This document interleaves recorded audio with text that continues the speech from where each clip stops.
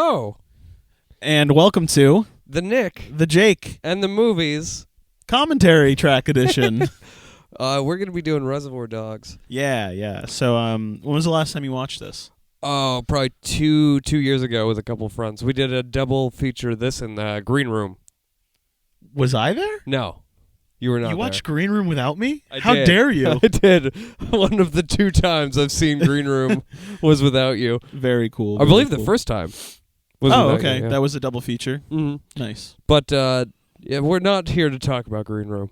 No, we're here to talk about Tarantino's first feature film, correct? Because he made short films before this. Right? Well, he made one movie beforehand, but it was a independent film, and it's very short, like an hour 20. And even he says, like, you could tell it's me, but it's a far cry from what he's known to do. Sure, yeah. Yeah. Makes sense. Yeah. And I haven't seen it for like 3 or 4 years, I say. So it's gonna be kind of fresh for you. Yeah, it's gonna be a little fresh. It's gonna be nice to watch again.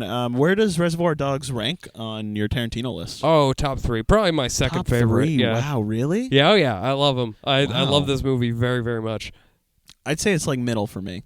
I still haven't seen Jackie Brown, but Okay. it's like in the mid for me. Maybe like higher mids, but Higher mids. yeah. No, I love this movie. I when I first saw it, I lost my mind. Right. I was a kid. I was like 10. It was crazy. It was one of the craziest things I had ever seen Nice. as a movie. Yeah, I loved it to death. Very cool. And All now right. I hate it, and that's why we're doing this. Yes, exactly. All right, I guess we should get started. So we are on 0-0 right now, and we are going to begin in 3, 2, 1, play. And we're off. Yes, sir. So, yeah, this opens with the infamous diner scene. Yeah, infamous. And this conversation right here about Madonna Right. and Like a Virgin, apparently after this movie came out, she loved the movie and then sent him a signed record of that album. Really? And it says, it's not about dick, it's about love, Quentin. Putting Quentin in his place. That's Yeah, funny. it's great. But she really loved this movie, which is interesting. I mean, I'm not surprised. It's a really good movie. You know? It's great. That guy with the mustache, Yeah. he was a real bank robber. Oh, so he brought him on just like for authenticity purposes? I believe so, basically? yeah. But that guy had later on said how inaccurate this movie is. Really? Yeah. Wow. He's okay. like, we would never all come dressed the same way to a diner. Oh, yeah. like the morning before ice. This is very much Tarantino fantasy Oh yeah. in the beginning. And this is like all these. Apparently, it was so low budget. Most of these people, like everybody you see, had to wear their own clothes to some degree. Oh, okay, I see. Which is why, was it Fast Eddie? The the bigger guy, right? The Chris Penn character. Right, yeah. He's that track jacket he wears is his. Oh, that's awesome. He just wore it to love set that. every day. I love that he's the only guy that's like dressed differently, and it's a colorful tracksuit jacket. It is. That's a good point. Yeah, everybody else is in bleak clothes. Even him. Yeah. Charles Bronson in The Great Escape. I never caught that before. What? That joke. Charles Bronson digging tunnels in The Great Escape. I don't get it. He's saying it's just like it's the same as having sex with whoever this guy is. Oh, I see. For the Okay. song, yeah. Now, Tim Roth, this is... Well, I mean, it would be because this is his first movie, but this is the first of many times that they would work together. Tim Roth and Tarantino. Yeah. And it's a little... I think it's a little full of himself to start his first movie with him doing a monologue about how About dicks? About dicks. Yeah. Oh. And where do you fall in the tip conversation? What do you mean? Like, you always tip, right? Yeah, 100%. Because it's 20% at least. I've always most wondered. of the time. Yeah, fair enough. Yeah. I've always wondered whether which side of this conversation Tarantino's on. I'd like to think he's on the tip side. You think so? Yeah. Well, who knows? Because during this conversation, the one person who proves to be the most aggressive is the one person who believes that song's about love. Fair enough, yeah. Like, But no, yeah. I bet this is like straight out of a conversation him and his friends had. That's fair. You know, just like going at a diner and them just talking about bullshit. That makes sense. He says a lot of... He has to go, like, throughout his day, just regular days, he has to go out and do a lot of things, and he sees a lot of people, and he hears a lot of conversations. And all of that just kind of coalesces in his brain, and he writes a lot of it down verbatim. That's pretty cool. That's interesting, yeah. Yeah. I just realized a lot of this is going to be not us talking. I'm like trying to come up with things to talk about. I'm just, me like, too. Getting Don't worry entranced about it. by the movie. It's a great movie. We should have chose something bad. Oh my God, could you imagine? Well, it depends. Justice League. Justice League, that was an alternate universe where we start off with Justice League. Yeah. Or you opened the Blu-ray case and you didn't realize that you left Justice League in it instead of actually put Reservoir Dogs back. I would like to do a Justice League commentary track one day. Yeah, we'll probably do it. Probably do it before Snyder Cut comes out. Yeah, I think so. Just to be in line with that stuff. Now I don't know. This is the first movie I'd ever seen Michael Madsen in. Yeah, me too. I really only have seen him in Tarantino stuff. I don't know what else he's done, if I'm honest. Yeah, I'm unsure either. Here we go, yeah. Now, it's unfortunate. Chris Penn had such a career ahead of him. Yeah, he died, didn't he? Yeah, I believe he had a heart attack. I've heard that who's that crazy guy who makes like crazy YouTube videos reading Trump tweets? He's like a big celebrity. The brother of I know who you're talking about. Randy Quaid. Randy Quaid. Is that his name or is it? It's Dennis Quaid's brother, Randy. Yeah. He when he was doing his whole thing about the Hollywood is out to kill me, assassinate me. Yeah. And he references Heath Ledger. He also references Chris Penn. Does he? As someone who was murdered by Hollywood elites. They gave him a heart attack. Yeah, right. I mean, the man's crazy, obviously. Yeah, but I mean, I don't know. He's entertaining at the very least. So who's the worst person in this? The characters themselves? Character-wise. Oh, probably Michael Madsen. Yeah, who is he? Is he Mr. Mr. Green? Is that one of them? He might be Mr. Green. Harvey Keitel's Mr. White. Right. Mr. Orange Pink is Steve. Mr. Brown is Quentin. Mr. Orange is Tim Roth. Right. So is there Mr. Blue? Maybe, yeah. Yeah, I'd say it's probably Michael Madsen's character, considering the crap we see him do later. I do like this conversation, though, because it is a conversation to be had, because in other foreign countries, they don't tip, but they're paid a living wage. Yeah. Oh, yeah. It's a good conversation, but I also fall on the side of you should probably tip. Yes, 100%, because waitresses are making like $5 an hour. Exactly. And Steve Buscemi's just Mr. Pink here. Yeah. He's playing devil's advocate in a bullshit way. Wait, I wouldn't. Yeah, I guess, but it's not even devil's advocate, really. Because he doesn't tip. No, yeah, exactly. You know, he's just defending his position. I love that. He's convinced me. Yeah, right. Now, what do you think? How do you think? What would have happened had they fully on succeeded? In what Spoilers, Nick. Wow. I really hope somebody listens to this for the first time without seeing the movie. Someday. What do you mean? If they got away with the bank robbery? Yeah. If everything went swimmingly? Everything went perfectly. I think they would get away, and then Mr. Orange would turn them all in. Okay. And then they would all go to jail, except for him. So do you think that that things had already gone awry earlier? Maybe he was supposed to do something that would have gotten them all caught. Or cornered. I don't know. But it just didn't go that way because he got shot. I think in my mind, if I were to be an undercover cop, I would not make anyone think I was anything and make it go swimmingly, and then we all part ways, and then they get fucked over. Then you turn them in? Because then they don't know if I was a rat or not, you know? I guess that's fair. Oh, Harvey Keitel. Yeah, what a badass. His character in this was actually based off of a character called the Wolfman. like a real person, like a bank robber. Right. And then it ended up he just changed it, but he plays that intended character in Pulp Fiction. Yeah, the wolf, right? Yeah, the wolf. Yep. Yeah.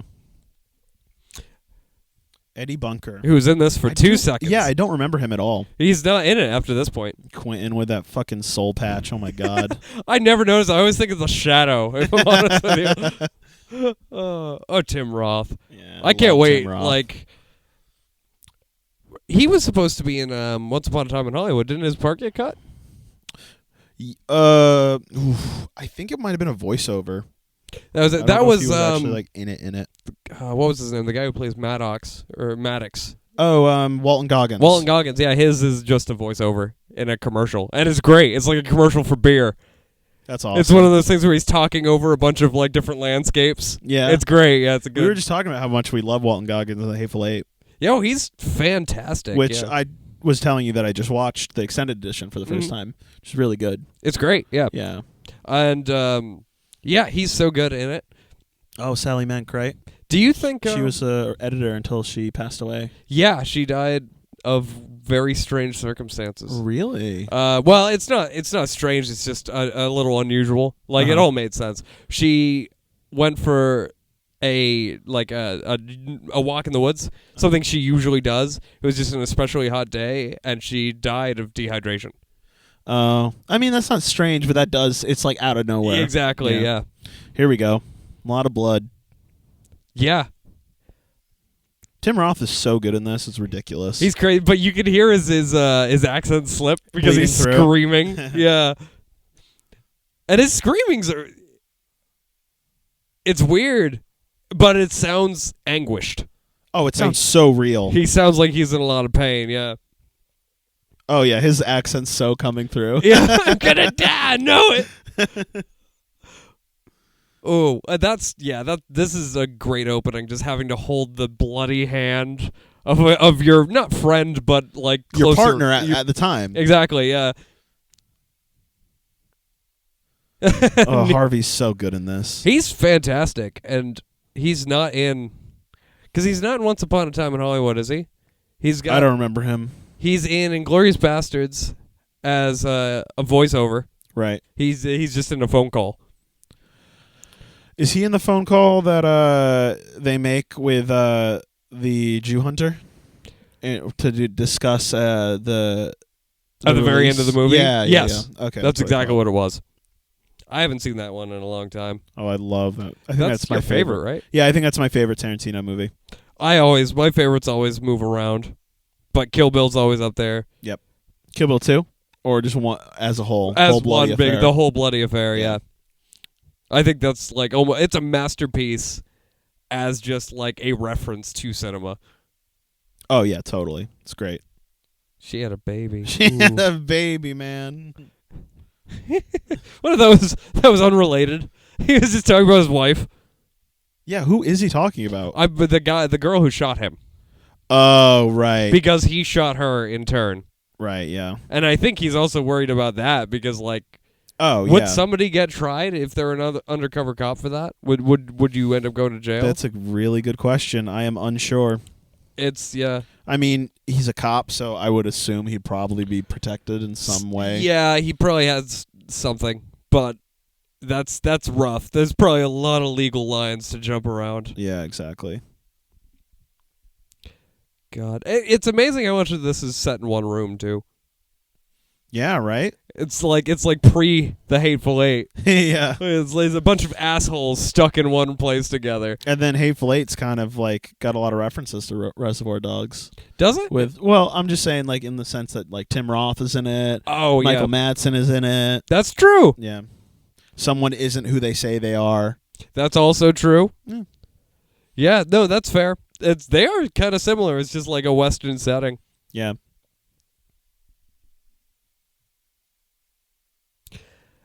I think soon after this, Quentin Tarantino would work with Robert Rodriguez, and they would make 4 Rooms. Which I haven't seen yet. You haven't seen 4 Rooms? No, I haven't seen 4 Rooms. I haven't seen True Romance. I haven't seen True Romance either. Yeah. Do you know its connection to Pulp Fiction? True Romance? Yeah. No. Well, it didn't end up happening, but True Romance is like, oh, but this awful world and this couple gets together, and Right. then they kind of leave at the very end. Now, the opening of Pulp Fiction is Tim Roth, and I don't remember the actress's name, but they were supposed to be the characters from True Romance. Oh, really? Yeah. That's rad. It's pretty cool. Yeah, Yeah. it's a cool bit of information. But Because he wrote True Romance, right? Yep. Yeah, okay. It's one of the few that he wrote and he didn't direct. He directs part of Four Rooms as well. Right, because it's split into 4 like separate pieces, right? Yep, and it's Tim Roth. Right. And going through this hotel, and each room that he has to go help do something like room service wise is its own story. Yeah, that's great. And there's a little bit in between, yeah. And you can tell who directs what by who's in it. Oh, right. Yeah, okay. 'Cause I know you- Robert Rodriguez does a bit, right? Yeah, he's got a big hand in it, and a lot of the cast from Spy Kids shows up. Oh, really? Yeah. Oh, that's so good. and the So did 4 Rooms take place before or did they make it before Pulp Fiction? I don't think so. It was probably after. I think it was like Yeah. 95, 96. Okay. Yeah, and Tarantino's part in that was actually a remake of a short film, like a very famous short film. Oh, that's awesome. Yeah, The Man from Hollywood. Okay. And he plays the man from Hollywood. He's in it? He's in Of it, course and in he's it. acting alongside Bruce Willis. Oh, nice. Yeah. That's cool. Who was uncredited. He did it as a favor. Wow, Bruce Willis being a good guy and good actor? He used to be. Used to be. I think he's just bitter. Jaded old man. Yeah. Do you think Tarantino and him would ever work together? He would. I think Tarantino would convince him. Convince him? Yeah. Yeah. Apparently they're friends. So I wouldn't be surprised. yeah. He's right though. Apparently, if you get shot in the stomach, you survive for a long time. That fucking sucks, man. Yeah. That's why they say it's the most painful way to go. Got shot. Yeah, fuck. Ooh. Yeah. Car accident. Yeah, he got crashed. And then he died, right? How the fuck do you think? Oh. Oh. Well, yeah, he crashed and then he kind of that's got true. knocked out, right? Yeah, that's a good point. Steve is right. He's not wrong, yeah. He's also right about that. Now, do they smoke red apple cigarettes in this? Or does that start in Pulp Fiction? They smoke cigarettes. I don't know if they name drop that it's Red Apple. Red I would apples? say it probably starts in Pulp Fiction. That would make sense. Yeah. I love how that's just a connecting part of everything. Yeah, is that the only thing that connects all of them? It might be. It might be the only specific connection that gets to everything. Because even in Hateful Eight, they're smoking red apple tobacco. Yeah. So it goes back that far. Monzeja Roja, as Tarantino Oh, says yeah. at one point. And nobody does it in Once Upon a Time, but there's a mid-credits scene that is a commercial of the main character doing a red apple Right, commercial. yeah, Leo's dancing around doing Red No, Apple, right? he's next to a cardboard cutout of himself, and he's trying to say how good these cigarettes are, and halfway through he loses it and pushes the cardboard cutout over. He's like, I can't fucking do this That's shit. amazing. It's great. Yeah. Was that in the theater? Yeah, that was in the theater cut. Did we leave? We did, yeah. We didn't think there Oh. would be an after credit scene Wow. for a Tarantino How film. about that, huh?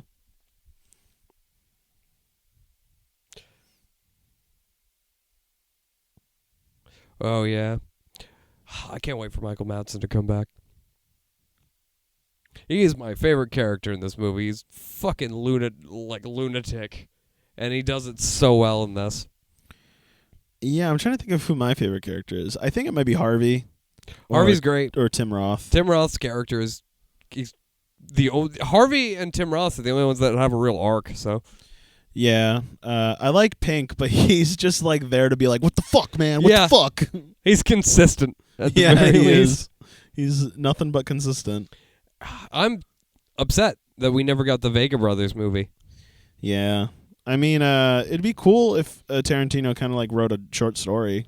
I'd read it, or a novel. I think he should just make it anyway and not say anything about their age. Screw it. Yeah, just go ahead and do it. I'd watch that. I don't know if I could take John Travolta seriously at this point. Under Did the you right watch director. The Fanatic? I've seen clips of The Fanatic. I started it and I turned it off Did after you? 5 minutes. I was like, no more of this. Thank you. And Well, then I read a synopsis. John Travolta wants it to happen more than anyone. He's talked about it. Yeah, because what else does he have going on? He's always in movies. Yeah, VOD movies. That's true. That's true. Well, Not saying that's a bad thing. he but was good in A Valley of Violence. I haven't seen that movie. Yeah, you have. You watched What? it with me in A Valley of Violence. Ethan Hawke, Ty West. Oh, the not John Wick movie. Yeah, but it was a western. Yeah, the John Wick western. It That's was funny. great. Yeah, he was good in that. He was pretty good as like an old war veteran. Yeah. I like that character a lot. But do you know what he said about how to make a Vega Brothers movie work? No, how? He says what you do is you make Vincent part of a set of identical twins, and you make the other one also part of God. identical twins. Get the fuck out of So here. they're still the brothers, just not the characters that we know, but they're But still what are their Vega names? brothers. I don't know. Probably more V names. Victor. Victor Vega. Um. No, that's already one of them. Vic Vega. Oh, you're right. It's Vic and Vincent. Vic and Vincent. What other V names are there? There aren't. That's it. Oh my God. Why don't they just both have kids? And Yeah, both have that would, sons. that would work much better. And they're They wouldn't be Vincent brother. And, well, They they're would cousins. be the Vega cousins. That's still good. I'd watch that. Yeah.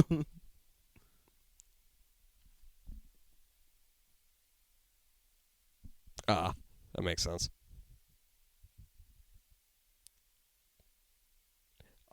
I wouldn't watch a Vega Cousins movie. You wouldn't? A Vega Really? Cousins movie? No. Why not? Would they be played by John Travolta and No, they'd be played by what, teenagers or something? not teenagers, but like 20-year-olds. Younger people. All right, here we go. Flashbacks. You'd watch a Vega Cousins movie? Why not? Yeah, I guess if the plot was there. Yeah. It's More terrible people doing terrible violence. Sure, why not? which is and that's why you don't like the Rob Zombie movies. Yeah, you're right. That's funny. What do you think his problem is? I think I would be okay with that because I think Vincent and what is it? It's Vincent and Vic. Yeah, I Those believe are the so. brothers. I feel like they're classy. Whereas, do you? Yes. Whereas the other ones are not classy. What do you mean? Do they? Like who? The ones in Rob Zombie, they're like trailer trash. Oh, like those characters Yeah. are. Did he just run her over a little bit? I No, think so. No, she's okay. Oh, she's fine. Yeah. I guess that's fair. They are a little trashy. There's some trashy characters in Pulp Fiction. Oh yeah, 100%. The dude who runs the pawn shop That's a good point. Yeah. tagged a couple cops. Oh God, Yeah. that line. Oh yeah, and he looks over at him. I didn't get. Does Harvey he Keitel know? looks over at him. He just like looked over. When Did he? Does he know? No, he does not. Oh, okay. That's a huge point at the very end of the movie. Mr. Blonde. Is that that's gotta be Madsen. That's Michael Madsen. Yeah.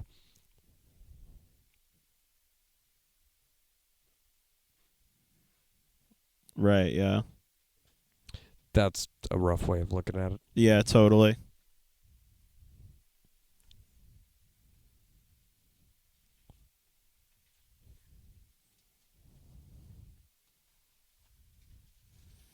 Who is Joe again? Is he the bald guy? He's the boss. Yeah, he's the Right. one who put them all together. Okay.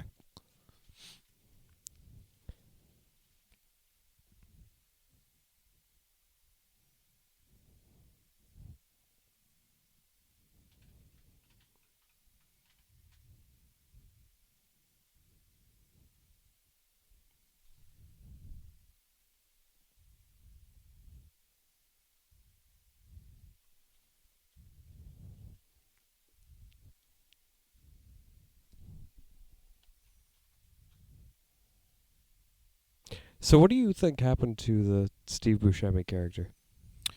What happens to him again? Does he just run out? Yeah, he leaves. He leaves. He gets the money and he leaves. He probably either. Well, considering how he ran away from the cops and was shooting at them, he probably died in a shootout. I don't think he got away. Well, he was gone before before you could hear the sirens. Yeah, but he would be captured anyways. You think so? You Yeah, don't think he totally. got away with it? No, I don't think he got away with it. You took the 1 ounce of hope I got from this movie. Thank you. I don't think there's any hope for any of these guys. I always thought that character got away scot-free. I mean, that's a nice thought, but does his character deserve to get away? None of them deserve to get away. Exactly. I'd argue that even Tim Roth doesn't. Yeah. But I don't know. I always like that somebody somewhere got away. And I always liked the theory because this was actually what it was supposed to be. Those diamonds that they took were supposed to be what was in the case in Pulp Fiction. Oh, right. Yeah. Do you like the Marcellus Wallace's soul is in the suitcase theory? I hate that theory. You don't like it? Because you know where they say it came from, right? No. It's that it was ripped out of the back of his head. Yeah, and that's that's why where he's the got the Band-Aid. How? Dude, who cares? I care. That's if you've got a ridiculous theory, I need to know exactly Something to ground it. Yeah, exactly. If there was some weird fucking hint that they could tie that together in, I'm all for it. Yeah, it's the Band-Aid on the back of his head. That's not. Yeah, but that doesn't tell me anything. Did somebody just rip it out? Yeah, I haven't read that theory in a while, but I always kind of liked it. I like looking at theories for movies and looking at different ways that movies could be interpreted. Me too, but that's adding a weird and supernatural element to a overwhelmingly grounded movie. Right. Well, grounded in its own violence and such. And pulpy nature. But there's nothing. Can you name anything in a Tarantino movie that is supernatural? Let me think about that. I don't think so. I think the one thing that came to mind was the Nazis talking about how the bear Jew is a golem, but that's not real. That's just a superficial fact, thing that they come up with. Yeah, it's just rumors about something. It's a reference to character. a supernatural entity, not an actual supernatural entity. Yeah. So I really don't think there is. What would you think if Tarantino did a ghost movie as his last movie? Like a horror movie? Like a horror movie, yeah. I'd watch it. Oh, no, I mean, yeah, I'd totally watch it, but do you think he would do it well? I think he'd do well. He's great with suspense. If he does it right, like that ranch scene in Once Upon a Time in Hollywood. Right. I think that if he can keep that level of tension, yeah, for something I know like what you mean now. I think he could do a good job. But otherwise, I don't know, because what he does well is dialogue, and a good horror movie would benefit from dialogue, but you need more than that. Yeah, you need something there to give the tension and show these characters. Oh, here we go, flashback.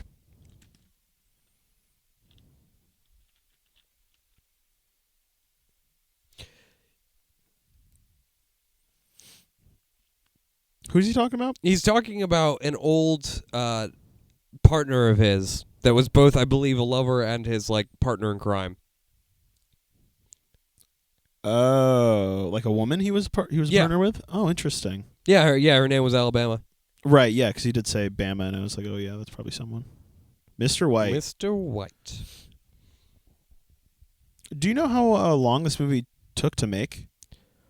I think it was a situation where he was originally he had all the cast set and everything, and he was going to make the movie with his friends. Right. And then suddenly he found somebody who would budget it. Right. So okay. I think because of that, it was a case of they had to film it very quickly. Oh, so it was actually like a really short production? I think so, yeah. It was very, very low budget. Well, yeah, there's nothing really fancy that happens. The craziest stuff that happens is shootouts with cops and stuff, which aren't even that big. No, the biggest shootout is not even with cops. It's with each other. Yeah, but that's in one centralized location. That's right? true, yeah. And it's very quick. Whereas the cop stuff is they're running down the street, yeah. And it's there's extras. Oh, yeah. And Steve Buscemi shoots over a car, and yeah. Yeah, and there's cars everywhere.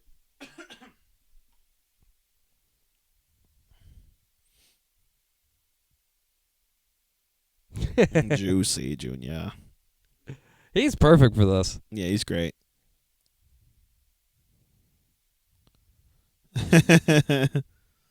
That's pretty smart. Just getting out of there, checking into a hotel. Yeah, that's what he should have done. Honestly, I don't remember. Does he have the diamonds right now? I am unsure. A lot of this I do not remember. Because if he does, I'm surprised he hasn't just left.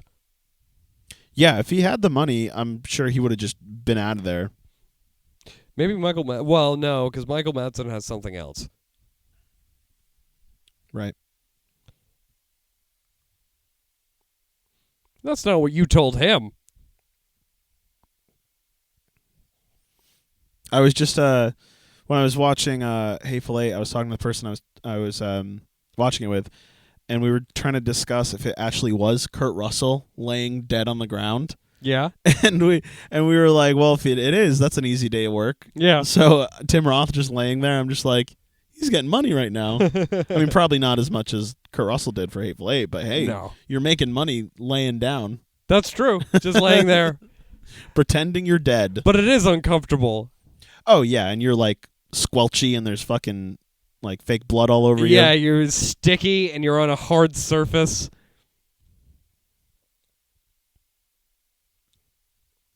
Yeah, I always think it's hard. I always wonder what happened to these people later on, but like it's always like they all died.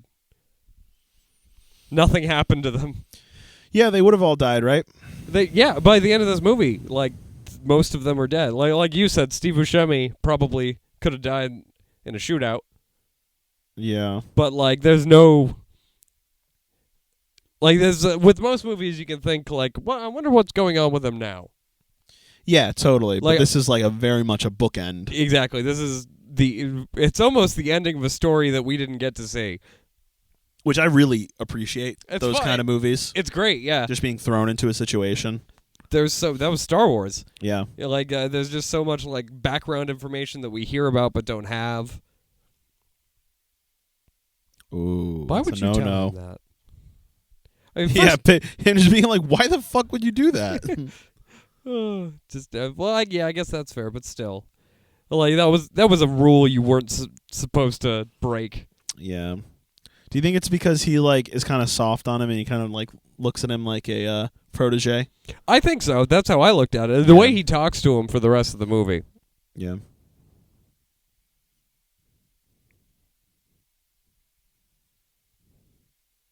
It looks like there's more blood now, which is a good touch. Yeah. I believe by the end it's just fucking all over that place. Yeah. I'm surprised he didn't bleed out. Yeah. I mean, that's a big part of it. Like, ooh, Harvey's so good in this. He's great in this movie. Has this all just been one shot? Yes. That's awesome. Since they were on the other side, yeah. And not to say that Steve Buscemi isn't amazing in this too. I love Steve Buscemi. Oh, me too. He's great. So good. I don't think there's a bad performance in this movie. No way. And I think Pulp Fiction is maybe Tarantino. He might be like the worst one in this movie. But that's just, he's not an actor. He's not an actor. I think after Pulp Fiction that's the last time they worked together, isn't it? Harvey? Or Steve? Steve with Tarantino, because he's in Pulp Fiction for a split second. Yeah, I guess so. I wonder what led to that, because I feel like he'd be another person that Tarantino would want to just like keep bringing on projects and stuff, Yeah, that makes sense. I loved how much he just that weird wiggle. Maybe because Steve got so big. I mean, he did like Pixar movies, like who? What did he? He's Randall in Monsters, that's true. Inc. He was Randall. Well, that's true. But Samuel L. Jackson's that big. Yeah, but I feel like Samuel L. Jackson and Quentin have a very special friendship. Fair enough. Whereas Steve and him might have just been like really good workers together. Oh, yeah. Work buddies. He had enough time to go get some fast food. I love that. Well, actually, I read some trivia about this. He the cop that's in his trunk, right? The guy who plays him, said to him. He was just like he wanted to know what it would feel like to be in the back of a trunk to get into character. Oh God. So he asked Michael Madsen if he could get into his trunk. And Big mistake. And have him. Michael Madsen decided when he started driving to also try to be in character, so he drove over every pothole and got Taco Bell. That's great. He might be one of my favorite. The Michael Madsen character. He might be my favorite Tarantino character In all of his cinematic universe. in most of them. Yeah, he's up there with The Bride. Yeah. He's fantastic in this, and he's like the actor himself. I don't think I've ever seen give a bad performance. Right. I really love Django. Like his character's so great. Even though there's not much of a character arc there, I just really love his character and watching him do things. Django? Yeah. Okay, the character. Yeah, Jamie of Django. Foxx. Jamie Foxx and Django. Yeah. Oh, he's great. Yeah. I haven't seen that one in a long, long time. That's the. Well, no, it's Inglourious Basterds that made people notice Christoph Waltz.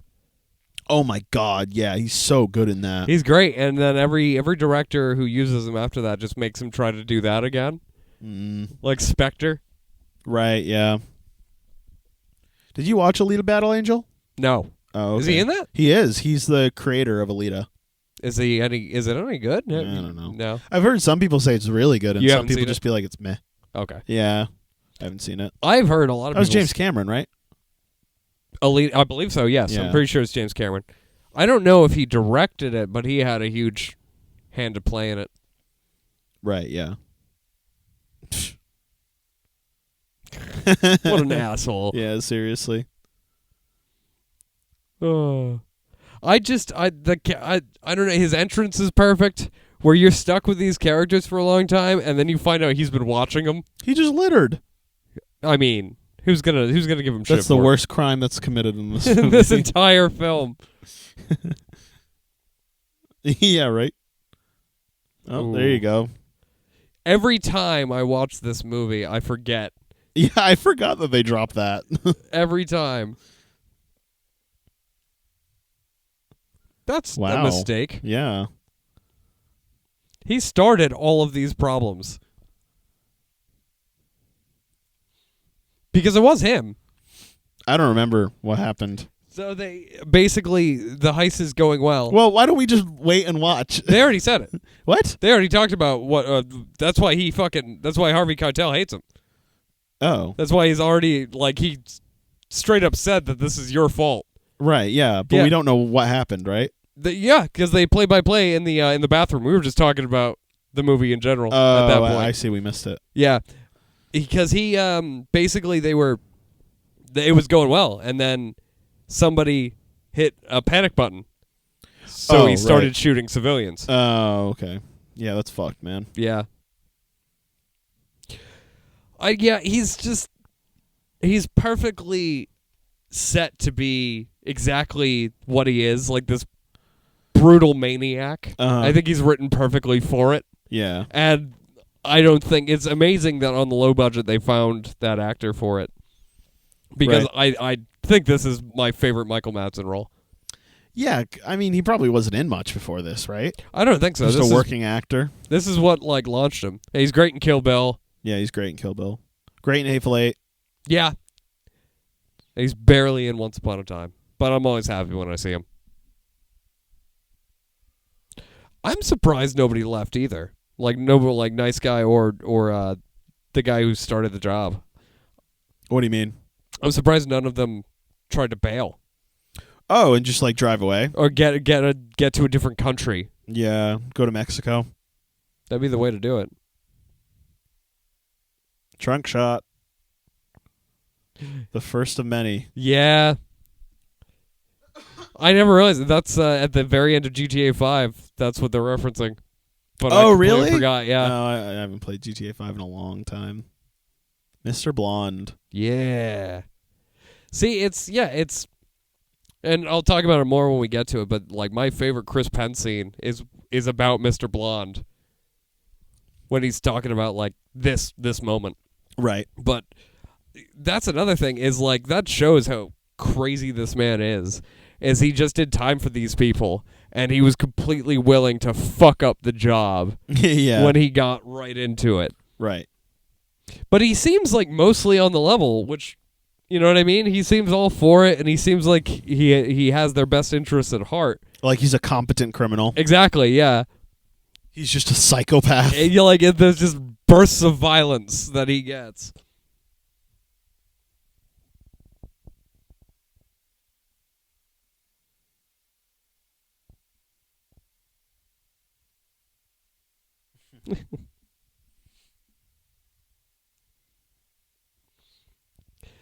And yeah, they immediately get him away to. It's awful because this person shouldn't be involved in anything. He's an awful human being, and they immediately find him a way around his parole officer and to immediately go back into crime. Yeah, right. I wonder what the intention of that was. What perspective Tarantino was writing him from. Yeah, maybe a criminal that just can't help but just like that's all he knows, so He's just violent when things don't go his way. Yeah, maybe. I guess that makes sense. Do they ever reference Vincent? No. No, you just know Toothpick Vic. As they call him Vic Vega. Right. And then in the next one, it's Vincent Vega. So yeah, neither of them ever talk about each other. I wonder how the Vega Brothers movie would start then. Would it be like them meeting up and be like, haven't seen you in a bit? Who knows? It could have been, it could have started with them on a heist, on a job. Oh, that would have been really cool. Just doing something. Who knows what they got up to together? We'll never find out because they had. Was it supposed to be a prequel or a sequel? It was going to be, well, obviously both of them were going to be, that movie would have been set before both of these because he dies in this one and then John Travolta dies in. Right, yeah, they both get killed. Which is interesting. Like that was a strange death, the John Travolta one. I really liked the John Travolta death. I don't dislike it. It's just strange. But it does have basis in what he is because he does heroin. Right, he does. Yeah. And Tarantino had said that Marcellus Wallace went out for snacks. So when he hears Bruce Willis going through shit, he doesn't twig. When John Travolta's in the bathroom, because he's expecting Marcellus Wallace to come back. Right. So even though he hears him, he doesn't do anything. And it's also because he's on heroin. Apparently, a side effect of doing that is it takes you forever to finish going to the bathroom. Yes. So that's why he's in there constipated. forever. And then when he gets out, he's shocked to see that it's Bruce Willis. Yeah. Because he thought it was going to be Marcellus. Every time Vincent goes to the bathroom, bad things happen. Yep, I love that. That's funny. That's a fucked up trope. Yeah, right. Poor guy. every single time, yeah.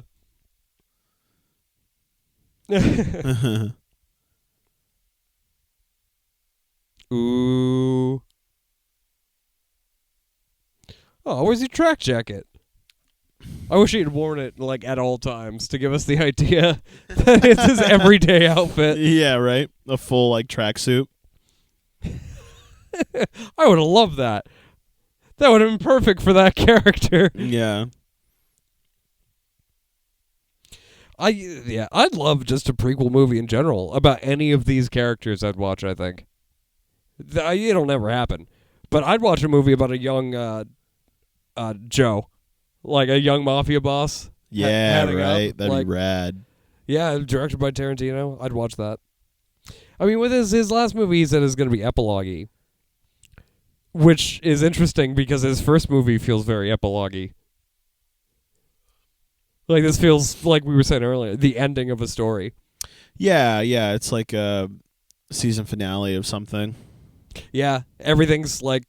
It almost feels like... Because of how much we learn about them, each one of these people had their own movies, and this is the Avengers-style crossover. Yeah, but it all goes wrong. Yeah, exactly. Of them winning.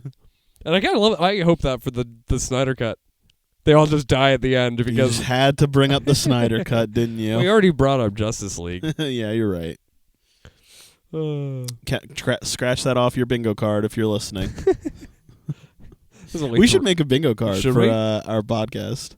Well, you know, Anytime we mention Justice League, the Weekly Planet. anytime we mention Marvel, Yeah, right. Tarantino, Tarantino. Yeah, David Lynch. yeah, exactly. Weekly Planet started their podcast on the anticipation of Batman v Superman. Wow, really? Yeah, that's why they started. I didn't know it. their podcast was that early. 2013, 2014. Batman v Superman came out in 2014? It came out in 2016, but they dropped the first trailer in 2014. Oh, I see. Yeah. So they made the podcast in anticipation, and every week they had Batman v Superman news. And now the ironic thing is every week they have Snyder Cut news. They just can't get away from Everything, it, can they? It all went full circle. Yeah, right. And now they're never going to be able to stop talking Nope. about it. Nope. Chris Penn, I believe, died soon after this, too. Because he's not in a lot of movies after that. This is the only thing I think I've seen him in. He's in a weird, like, Dazed and Confused, like, spiritual sequel. Okay, yeah. I'm sorry, no, Fast Times at Ridgemont High. Like, it's in the same vein as that, which is Okay. funny because his brother was in it. Oh, okay. Wait, is he related to Sean Penn? Yeah, they're brothers. What? I You didn't know that. Yeah. No. Wow. Yep. The more you know. I think it's because of this movie, but I think I prefer Chris Penn. You think so? There's a performance in this movie by him that I think is fucking excellent. Yeah, I mean, I haven't really... I guess I've seen some things with Sean Penn, but I've never been, like, astounded by him. By Sean Penn. Yeah. I love him in The Secret Life of Walter Mitty. He's in it at the very, very end for 5 minutes, and I was like, nice. But no, I think... that being said, I haven't seen him in a lot, but Chris Penn's performance in this movie is crazy. Like, every time I watch it, I'm blown away by him. I wouldn't. Credits. Yeah. It sounds pretty stupid to me. That sounds dumb. I'm in.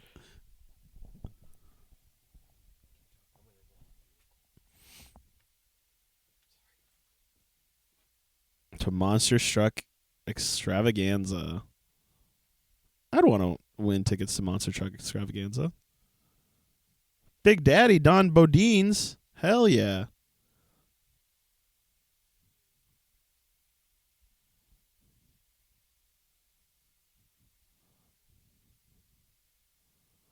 Oh, man. His fit looks so good here. And the cell phone, too. Is that a car phone? Oh, here we go.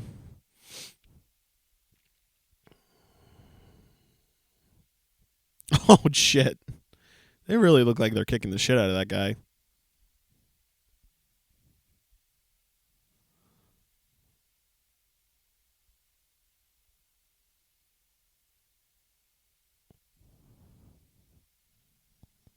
Ooh. Damn. Right, yeah, he doesn't know. That's right. He's still figuring it out, huh? Yeah. And now they're beating the shit out of the cop. What's in there? What's all like? Are those coffins? I think that is. Oh, wow. I wonder how many coffins it is. That's interesting. As Oh, yeah, like if it's there's like 5 in there. foreshadowing. That's interesting. Yeah.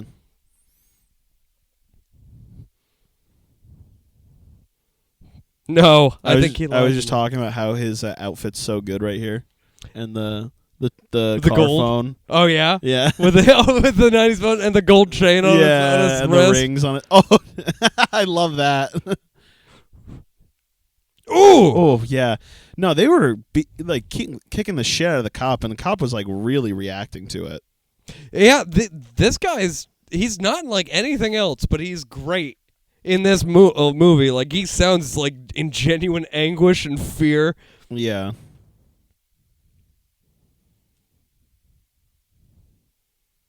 I mean,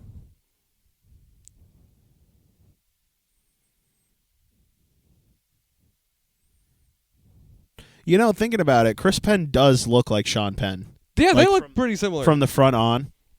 You can see it. But he looks more intense. Yeah, he looks like he's in the fucking mafia.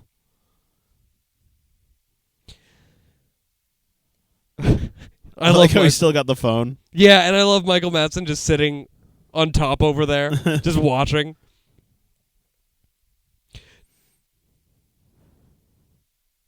Joseph. That's interesting. He's the only person to call him that. Call him Joseph instead of Joe. Yeah. He almost seems different than he does in that flashback. Oh, Michael Madsen's character? Yeah. That could just be a show. Yeah, putting on a face up front, and now he's doing another thing. Yeah. Now that they're in the shit.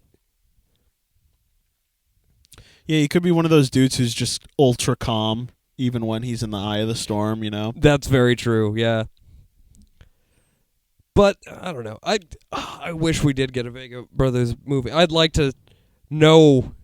Do you think we would have gotten any idea of their childhood? Vega? Yeah, the Vega Maybe brothers. a quick flashback to them as boys, and like maybe their dad like hitting them or some traumatic was past, also you know? Also in a, like... in this life of crime. Yeah, right. Although they're different, I guess, because he robs places. Yeah. And Vincent is more like an enforcer. Right, yeah. He like works for someone rather than just doing the life of crime. Yeah, like he works directly for Marcellus, and I guess he works directly for Joe. But they do. This guy seems way more chaotic than Vincent. Vincent was just he was clever but kind of dumb. yeah, that's a good way to put it. This guy seems smart and he's a lunatic. Yeah. He's scarier, absolutely. Oh, 100%. I feel like Vincent would try talking to you.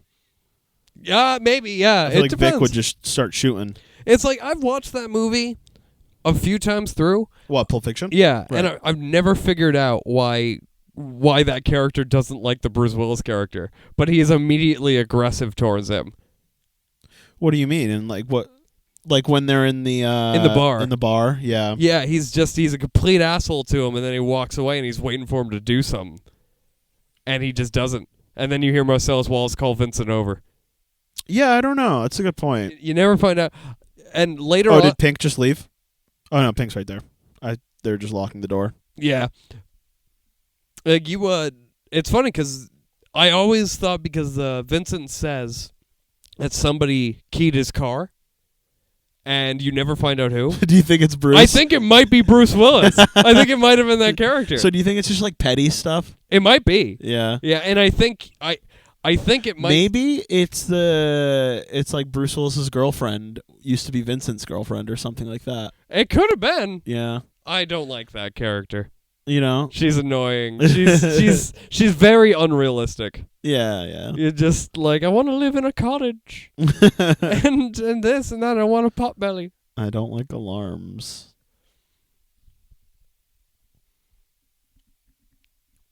You shouldn't let... Don't leave him with the psycho. Don't leave him with the guy who brought him. Oh, damn. That was a hard punch, man.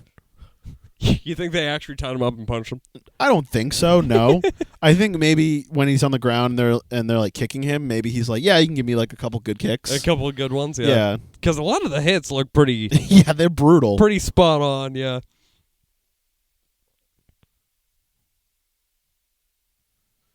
That's a good point.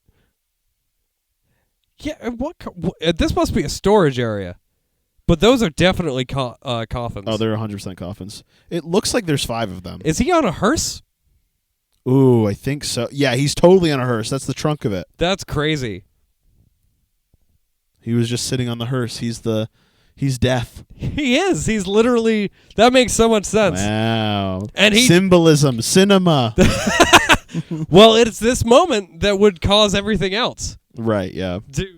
To happen. It is him doing this that causes all of these people to fall. Oh, boy.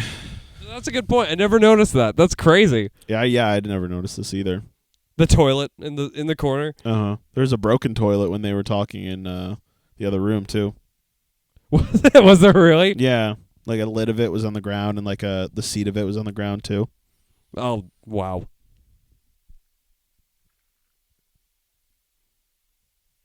Kind of looks like Rami Malek, but if you beat the crap out of Rami Malek and tie him to a chair, maybe put on some pounds. yeah, a little bit. Yep.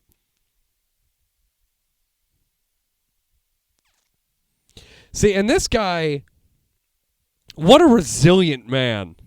Does he know? He does. Oh, I see. And nothing but horrible things happen to him. Yeah. And he's fucking in it. He just convinced me. He was like, "Oh yeah, I don't know anything. Yeah, torture me." I'd be convinced. I'd be like, "Oh yeah, you don't know anything." I'd be a terrible criminal, Nick. I'll know what to say to you if anything ever goes awry. If I'm ever stuck in your basement, I'll be like, I don't know anything. Torture me. Be like, wow, all right. Well, my options are gone. Guess I have no choice now. He just said it to the wrong man, though. Yeah. Which is unfortunate for him. He basically just did reverse psychology accidentally.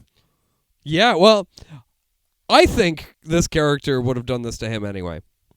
You think so, even if he didn't mention anything about torture? I think he was giddy with the idea that they left him alone. With a cop. Yeah. Yeah.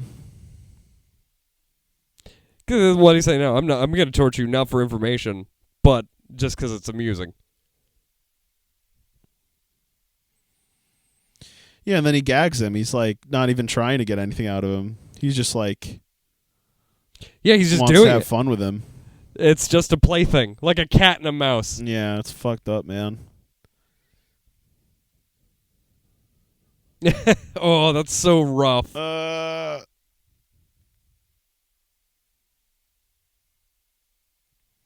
That's some tension for you. Oh God, that's the most horrifying thing. That he's just squirming in the chair. Yeah, well, yeah, just the way he cowboy boots. Oh yeah, This is Hateful Eight. You're right. This is Hateful Eight. Yeah, Stephen Wright. Well, it's about to be Stephen Wright. Right. Yeah. Because he talks at the very beginning of this. You know who Stephen Wright is, right? I think so. He's a comedian who is known exclusively for these very low droning one-liners. Oh, okay. And this is him right now. That's him, speaking. yeah. You can tell. Reaching number 5. It's amazing how fucking funny he is, despite how he talks. Now, do you think Orange is conscious right now? I do, yeah. I think he's waiting for him to actually start doing some terrible shit. Yeah, waiting for it to go too far. Right. Now you love this song, don't you? This is my favorite scene that Tarantino has ever made, because it's like, and maybe you're right about horror, because this is one of the most horrifying things. Yeah. Just a lunatic dancing before he's with the intent of hurting you. Yeah, out of context, this could be in a horror movie. Maybe if it was filmed differently. Yes, absolutely. He's just oh. And they don't even have to show it. Yeah. I like that they don't show it. Me too. It's more horrifying. And the dialogue they give with it, where he's just hold still. Yeah. It works so perfectly. Oh, your ear, dude. Whoa.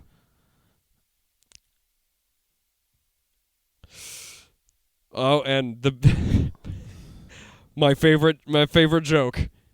When not that. Yeah, no, when he's that one. Yeah. You hear that? Oh, that's rough. Man. Wipes his blood back on his shirt. Yeah.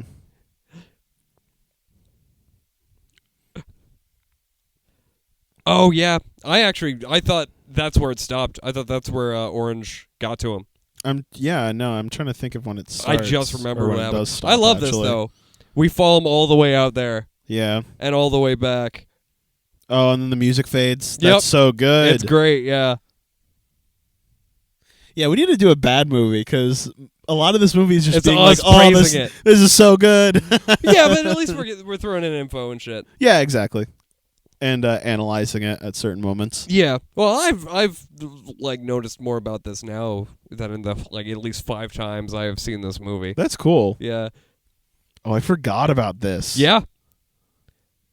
Can of gasoline. You can hear children playing and things like that. Oh, they're man. in very open public. I do love the reveal that it's not on a soundstage. This is an actual warehouse they found. That's a and good they're just point. filming in it. That's crazy. I never put that thought into it. Ooh, I wonder if when he left, Orange was like, "I'm alive. I'm gonna help you. I won't let you die." Maybe. That would make sense.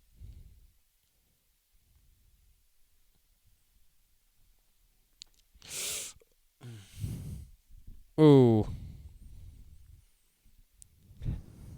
See, that's so awful. Yeah. That's right in your new wounds. Oh God, it must burn like fucking hell. Plus, and your nose would be like overwhelmed with the smell of gasoline. Mm-hmm. Oh, the ear too. It looks great. You could tell it's padded over. Yeah, but it still looks. It looks good. Fantastic. Yeah.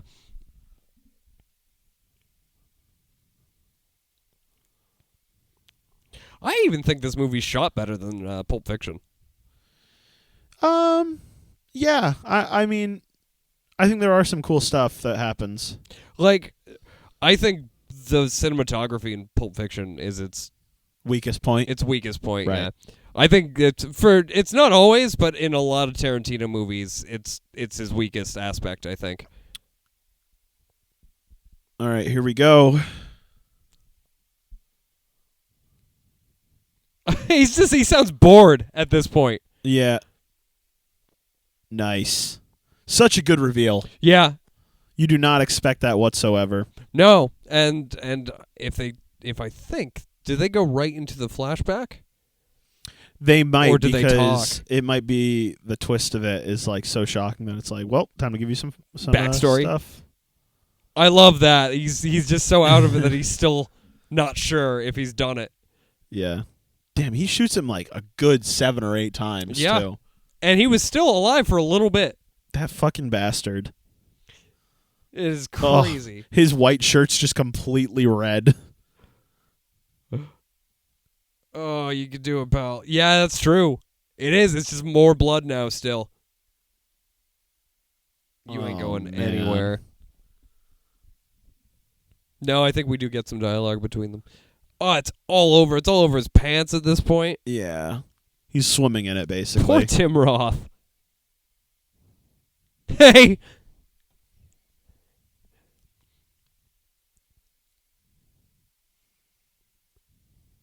Oh, you know what? This totally reminds me of that scene in Hateful Eight at the very end when Walton Goggins... Yeah! It's just Hateful Eight. Yeah, it is. Hateful Eight's just Reservoir Dogs in the West. That's a good point.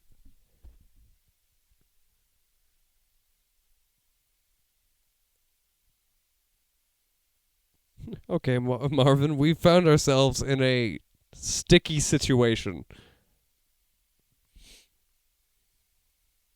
Tarantino really doesn't like Marvins. No, oh my God!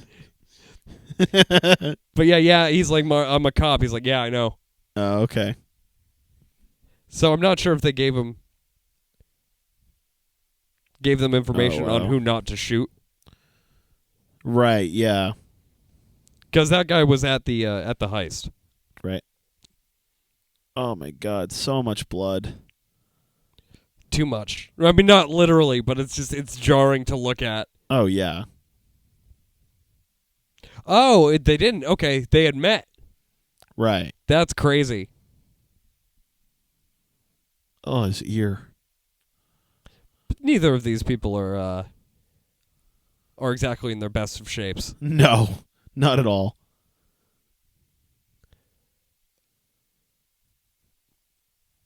Great. Yeah. You look fantastic. He's laughing. That's funny. Oh, God. That is, I like how it's all leaked down onto the floor. Oh, yeah. Because that's not where he bled out. That's interesting.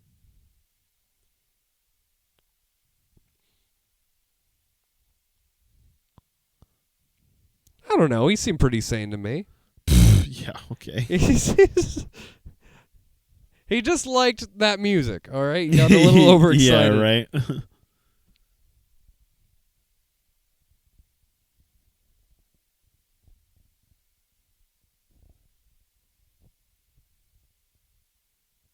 You know what? I would want to speak to the manager too. Where's my cop manager? Where's my cop manager? Where's my boss? I mean, I don't. Fair enough, Tim Roth. You are dying. I don't think it's a situation. I think they're waiting for a signal from Tim Roth. Right. That's how I always figured it was. Like, they haven't showed up yet because he can't tell them anything. Where did the other guys go? Did I miss that? They left to basically talk to Joe. No, Fast Eddie was like, if my dad gets here, and who Joe is his dad? That's Joe. Yeah. Right. Okay. If my dad gets here and sees all of these cars here, he's gonna fucking kill all of us. That's true. You know. He was Here's very the backstory. Upset. Okay, so me and a friend of ours, or our friend Jesse, name drop, have a theory about this new character. What do you mean? What new character? You're about to see his mentor. Okay. This guy.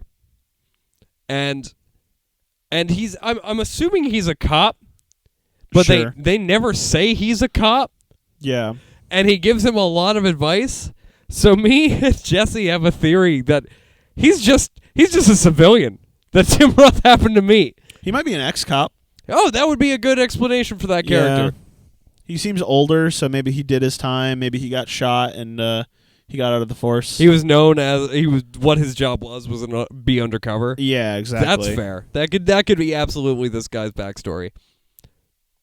I think I remember this being my favorite part of this movie, Mr. Orange's backstory. Really? Yeah, I really liked him doing the story. Oh, and having to repeat the story. And you see him do it in different situations exactly, until you see him actually do it. And he does it so well we get to see it, like, performed. Yeah. I love that. I think that's great, yeah. It's so good. I do love getting to see him convince them that he's on the level. Right, yeah.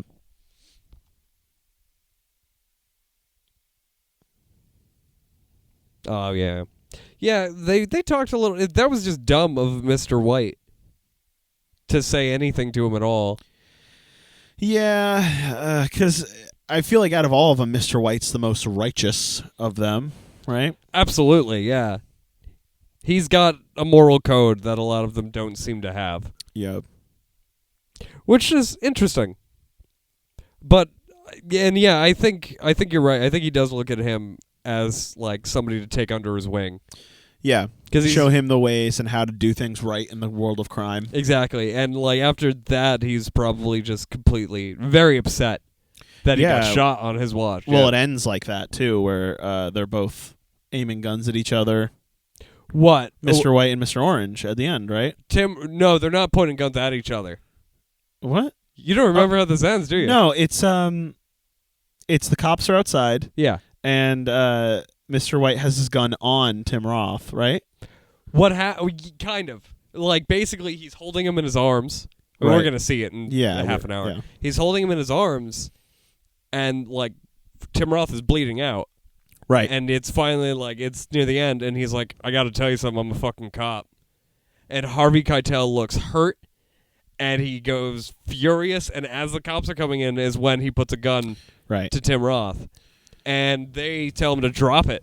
And he shoots him. Right, yeah. And that's why they shoot Harvey. Yeah. Yeah, see, I think I like this so much because it's basically a movie within a movie. Him being like, oh, you got to be a good actor. You got to get the scene right. That's fair. I guess, yeah. Pretty meta. Do you think this would work if you did it in chronological order? This movie? I think it would work. I just think the surprises wouldn't be... Well, they'd still be surprises, but they wouldn't be as impactful.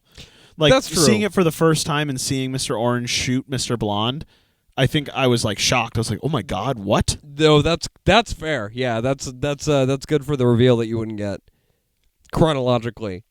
Yeah. But I want to watch Kill Bill chronologically. I want to watch Pulp Fiction chronologically. Have you not seen... I've seen Pulp Fiction chronologically. Have you? There's, like, a cut... Well... When I first saw it, there was a cut on YouTube of it being in chronological order. Was it worth watching? Yeah, it was cool. Yeah. I mean, I've seen Pulp Fiction, I don't know how many times, like 8, 9 times at this point. It's one of my lower mids for Tarantino. Yeah, I like it. It's a mid for me as well. It is a great movie, but it is a mid for me. It's too talked about for me, I think. It's just like whenever you bring up Tarantino, that's Too overhyped. yeah, Yeah, and I it's could a agree with great that. movie, but it's Oh, totally. and that's why I hope they do something else with characters in that movie because a lot of them are still around. So I would like to see something in whatever movie he has later. Right. What year did this come out? 92, 91? I believe it's 91. After this, he wanted to make a Luke Cage movie. Really? Yep. That's awesome. He was going. Wow. That's what he wanted to do, and now that so much time has passed, he's like where superhero movies are now. I don't really fit in. Yeah. He Which couldn't is really fair. do anything in his style. I think he could. In the big Hollywood system. I think of he things. could make a DC movie right now, like with Joker, like the way it is. You can't see it, but I'm making a face. Well, I can see it, and I am very unhappy. No, I think he could make a DC movie. I would love to see his take on Batman. Oh. You wouldn't want to see a Tarantino Batman movie? No. I think he could nail that. That or Daredevil. Ooh. I would like Daredevil. I mean, I like Daredevil a lot as a character, so. I think he'd nail that. What I don't want to see is a Superman movie. No. I don't think he could do that. And I don't think he'd want to do that. Has he talked about what, like, superheroes he really likes? He likes Luke Cage. And Yeah. you see posters and shit throughout all of his movies. Like in the last scene, there was a Silver Surfer Yeah, I noticed that. poster. But he was a big comic book fan. Yeah, that doesn't surprise me at all. Well, what he specifically read were pulp magazines. Of course. Yeah. Oh, here we go. This is him actually doing the speech, right? Yep. The final incarnation.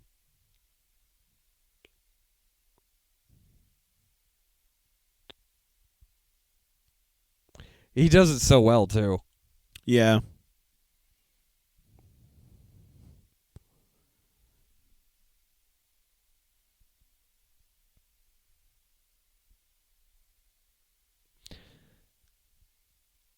I mean, this segment is done so well that when I was a kid and I didn't really understand the narrative that much, it convinced me that this actually happened to him. Really? like the way they show it, Yeah. which was crazy with the dogs and everything. Oh, yeah, because we see it, right? We actually see Yeah. it played out, yeah. Which is such a good touch. I like that a lot. It's strange. That's another thing that doesn't happen that we see. That also happens in The Hateful Eight when Samuel Jackson's telling the old general what happened to his son. Right, yeah. That's another thing that we you're see that so doesn't actually right. happen. Oh, my God. This movie is just The Hateful Eight. The Hateful Dogs. That's what it should have been called. Reservoir 8, yeah. Reservoir 8 isn't bad. No, that That's sounds not like a bad movie, name, yeah. Hateful Dogs, definitely not. That's a hateful dog. See, I love that too because they're all staring at him. Like, because we know that it's not real. Yeah. But that's unrealistic anyway, to walk in and there's just a good 10 seconds where 4 cops is staring at you. And you're staring back at them. And nothing happens after that. Yeah, seriously. I love that. That's so good, him just talking to the cops. That's great. That's such a good touch. You're right, we do need to watch a bad movie. Justice League is next. Where you just, Please, we just no. wreck it. Yeah, right. Well, depending on your reaction to a few movies, I do want to do Man of Steel because I think we could have a lot to talk about on that. Right, yeah, because I still haven't seen it. Although I am willing to do more Tarantino stuff. Yeah, I think We should prepare with. I think we should certain definitely things. do some bad movies. Oh, absolutely. 'Cause, But like what? I don't know, man. I don't know if we should do The Room, because what are we gonna say? I have new nothing about to The say Room? about The Room. Yeah, exactly. Like, it's stupid. Maybe Cat in the Hat might be fun to do. I would love. a Cat in the I Hat don't know. No, commentary I wouldn't track. have a lot to do. I would be laughing too much. I know That me movie. too. That movie's perfect to me. Maybe we should do one where we just get drunk while doing one. Oh We do my a God, drinking I'm game down. to a commentary track. Yes. Yes, just no questions. Yeah, I'm very down. And well, that's the thing is that would break down the barrier. I think I could watch any movie Yeah. like that and have a lot more to talk yeah. about. If we're drunk while doing one of these, I would be much more like making fun of it and like quoting random shit. Yeah, we could throw in games to it. Oh, true. That yeah. could be a lot of fun. Be like a play along. Yeah. With Oh my people God, at yes. home. A drink along. Yeah, literally. Yeah, that'd be fun.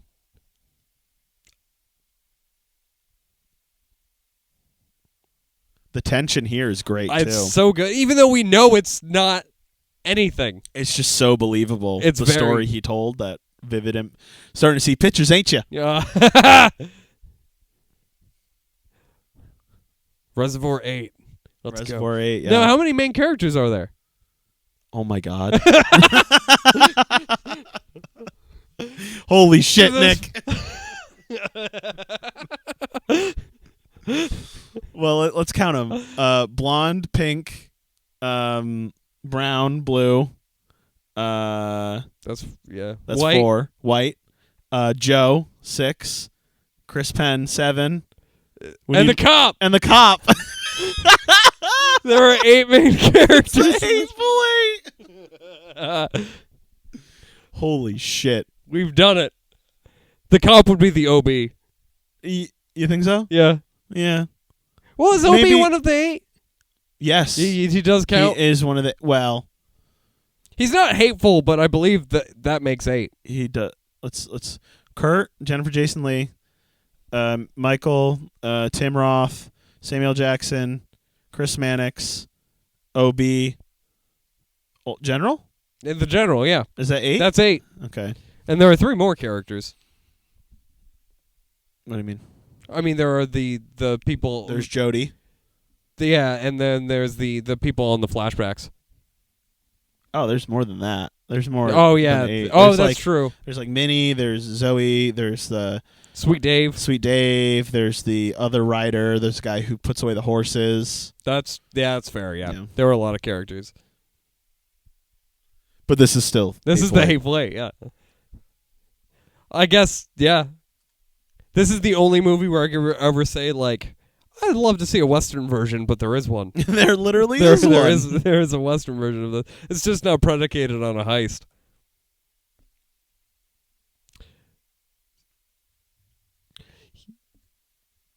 Yeah, this is interesting because he goes for his wedding ring. Oh, I don't even remember this. Yeah, he's supposed to be married in his story. Well, I think what that is, because he hides it under a bunch of pennies. I think he is married in real life, and he usually doesn't wear it in front of them. And because this is the big moment, he's doing it for luck. Because why hide it under a penny jar? Yeah, where would his wife be though? I think he has this apartment for the thing. Oh, as like his undercover apartment. Yeah, Elias or Elias. He's probably not talked to her in months. You might be right.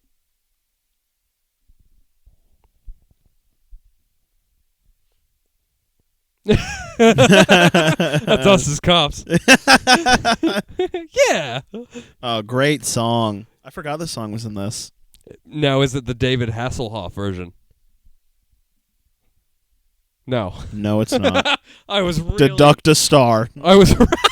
This is a 3-star movie.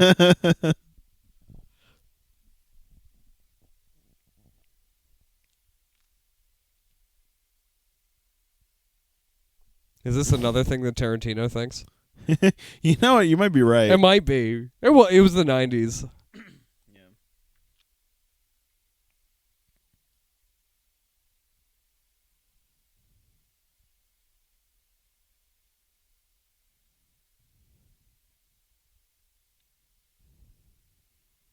Chris Penn just driving. He's just like one of these guys. Trying not to be a part of this.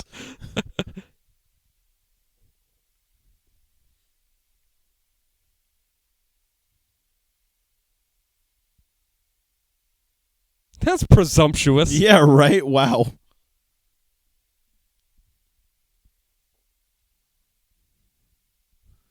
I'd like to think they just go to Taco Bell. Yeah. Oh, and still keep this conversation going. Yeah, right. Like just in front of the staff.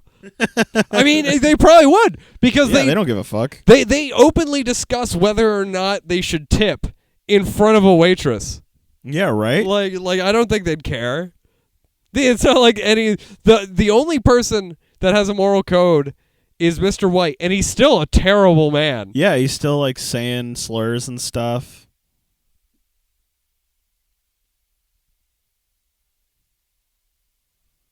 I love that look on Chris Pratt's face. Like, Like, look at this guy.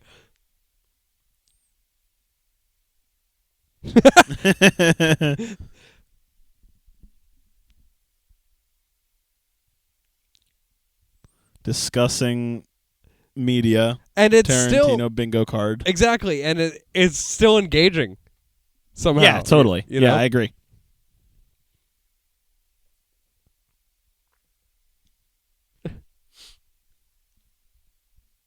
And like it's all interesting because we see them in crisis.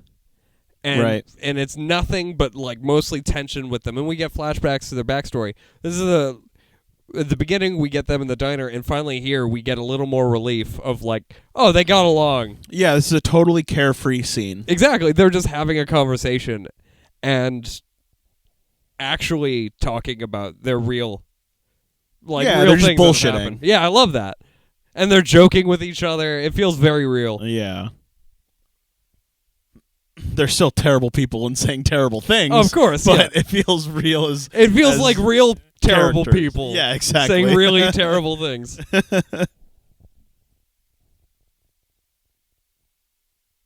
Yikes.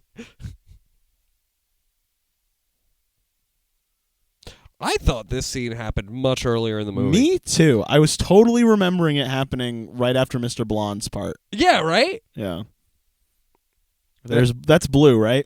The guy in the back? Yeah, I believe so. Clearly, yeah, I love he looks the part, but I think that's literally because he was a bank robber.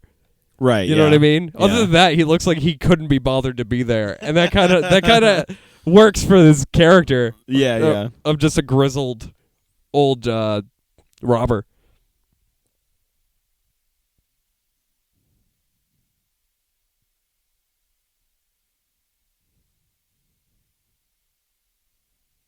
Oh, I'm sure about that too. Yeah, nothing will go wrong at all. Yeah. It's all fine. This is my last heist. After this one, I retire. Yeah, right? It sucked. I like Steve Buscemi's shirt. Me too. As terrible as these characters are, I still, even though and I know the ending, like I still feel the need to root for them. Sure, yeah. They're still compelling characters. That's like a thing for American history. Like, people love criminals. That's true. Yeah. And well, yeah, and just in general, like history is very interesting despite how bloody and awful it can be. Yeah, and how many people were brutally murdered.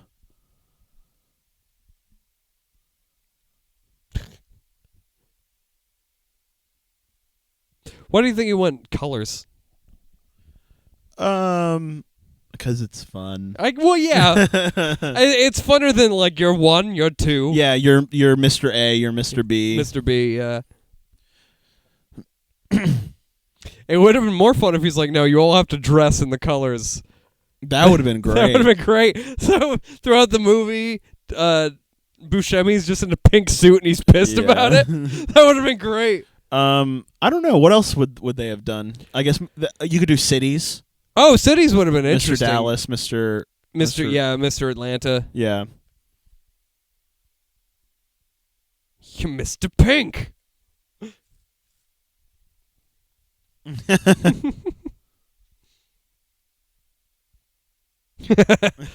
That's true. I guess that's fair, yeah. Joe is like, guys, shut the fuck up. These are your names. We're doing this job. It's already set.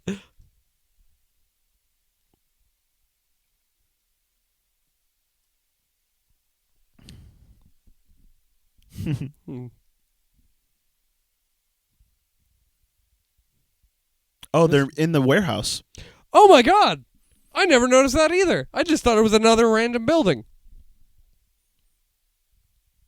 Even more of this movie is set in this warehouse. What'd they do with the chalkboard? Great point. Oh, wow. I didn't even notice that they showed the place they robbed. I don't think I ever caught that. I mean, it makes sense because they're casing it. Right, yeah. But yeah, this is more of them just getting to know each other, which I like. I like that a lot.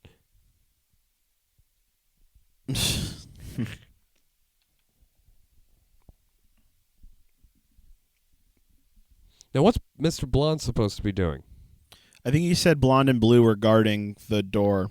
Guarding the door. Or okay. it's either they were taking care of civilians or rounding them up. Well, he certainly took care of some civilians. Yeah, wrong job for that guy.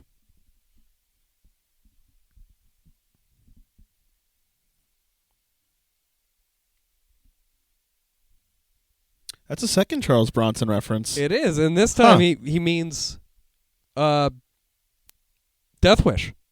Right, yeah. Yeah. He really likes Charles Bronson, huh? Yeah, right?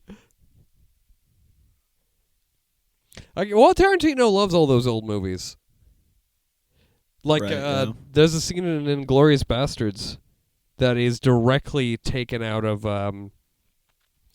not The Dirty Dozen, The Wild Bunch, an old Western. Oh, okay. There's a scene that is taken right out of there and put into Inglourious Bastards, pretty much. Nice. He just reshoots it with his own character.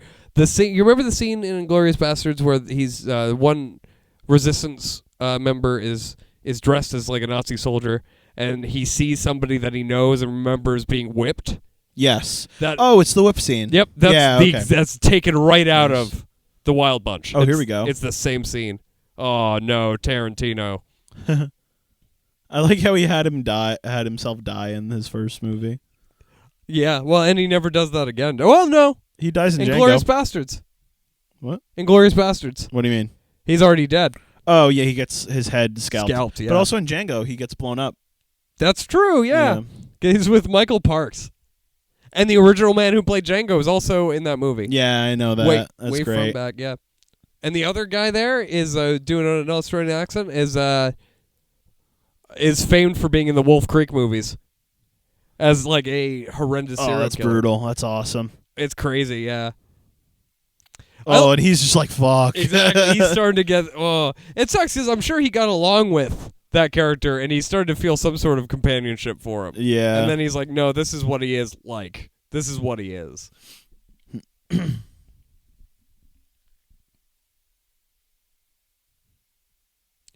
He's fine, Harvey. Reload. Does Harvey Keitel still act? Is he still in stuff? Yeah. The last thing I think I saw him in was Grand Budapest Hotel. Oh, he was in that, wasn't he? Yeah, he was like the guy in the prison with all the tattoos. He was really good in that. That's great. It was a small bit, but, you know. Everybody, all the really famous people in that movie were small parts, really. Yeah. Bill Murray. Oh, and here we go. The moment that started it all. Oh. Oh, my God. He looks like James Woods. Yeah, kind of, right?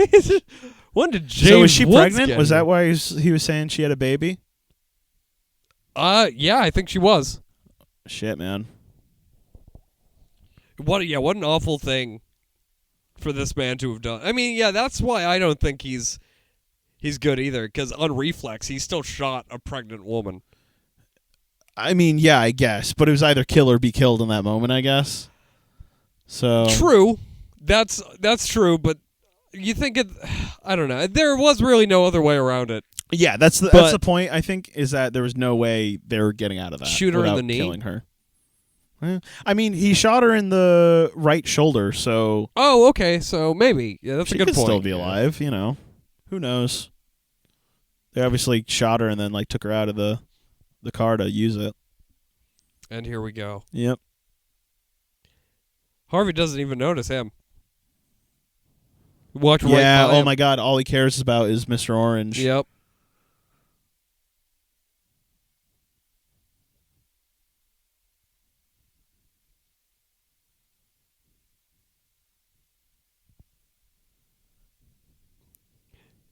So I think this monologue that's coming up for Chris Ben, I think it is the best acting in this movie. It gets me every time. Chris Penn, like, really, really throws it out there, man.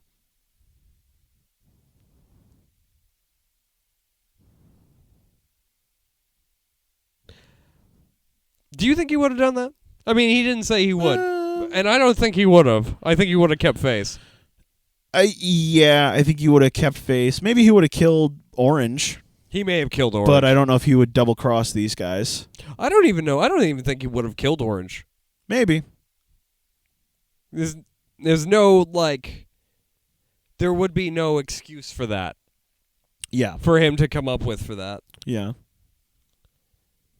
Yeah, here it is. I love this so much.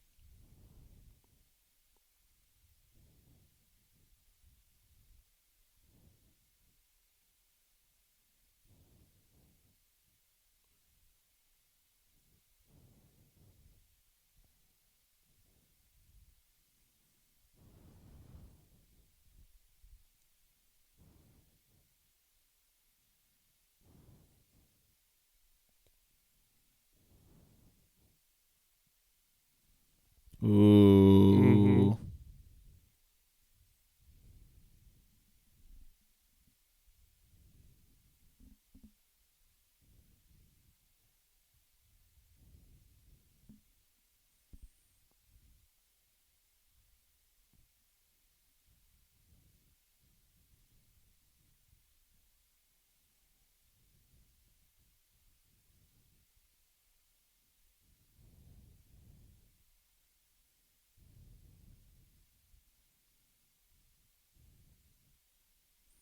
Best monologue of the movie? Oh, yeah. Yeah, I agree with that. It's so good, yeah. I love that. Joe's just immediately like, it's him. It's clearly him. Oh, Orange? Yeah, that's... Yeah, it sucks.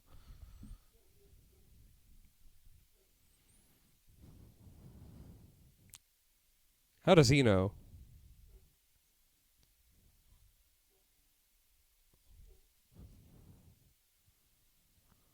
Harvey doesn't want to see it, man. I know, it's sad. it really sucks.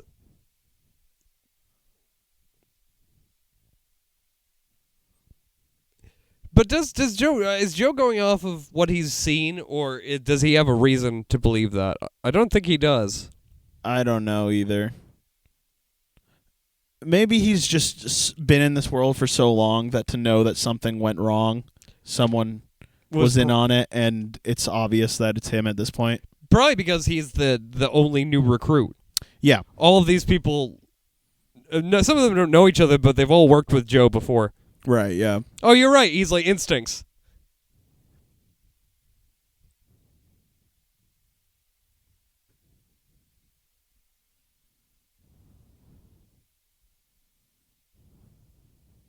Oh, poor Steve.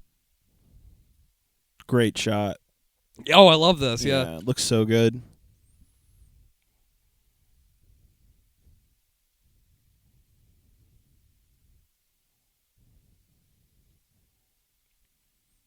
I have no idea what's going to happen from here on out. No. No? Wait. I don't remember. You don't remember? No. Okay. Awesome. That's great.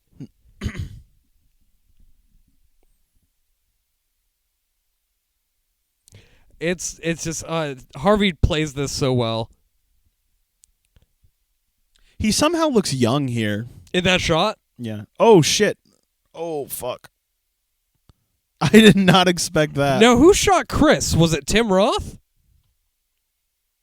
Oh, dude, I missed it. I don't know. I never know who shoots Chris. Because Harvey shoots Joe.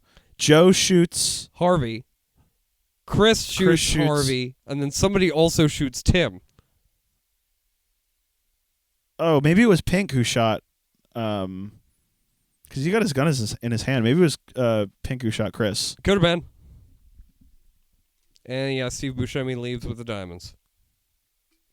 Yeah, you know what? I'm gonna go off that Pink shot Chris because he knew he was the only one without a gun on him. Okay. So if he shot him, then he'd be able to get out of there with the diamonds. You think that was his intention? I think that's my headcanon. Okay. I don't know. I don't think he's malicious. I think he would have split the money with somebody else. The only reason I say that is because he got up and had his gun in his hand. That's fair, but if he wanted to do something like that, he stashed the diamonds somewhere. So he could have done that at any point and just bailed. I guess that's true, but maybe he was like ready to do it, but then it's gone so sideways that he's just like, fuck it, I'm out of here. Yeah, okay. I can see that. I'm done. Yeah, maybe after this is done, we'll go through it again and check out who actually shot him. Who shot him? Yeah, okay, I'm down for that, yeah. Because you could be right. I could see an argument for that.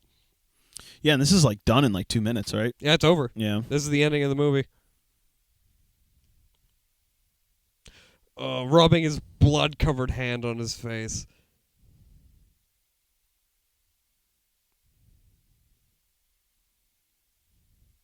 Do you think if Tim Roth just kept quiet at this point, he'd be alive? He'd be alive? Oh, man, that sucks. I genuinely think he would have lived. Why would you say that, man? Guilt. Yeah, total guilt, right? That's the only reason I can think. Maybe he thought he wasn't going to survive, and so he thought he'd be honest with him. Yeah, may as well, just last words.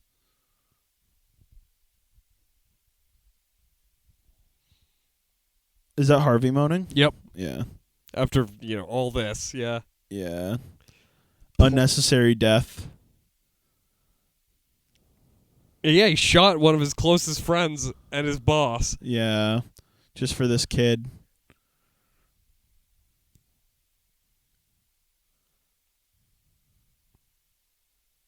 And the cops didn't start coming until the gunshots were heard. Right, yeah. So, I think Steve Buscemi got away.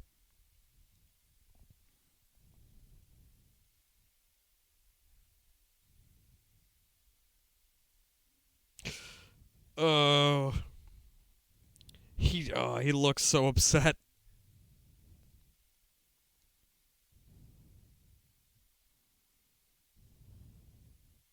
He would have shot himself doing that too, at least in the leg. You probably, yeah.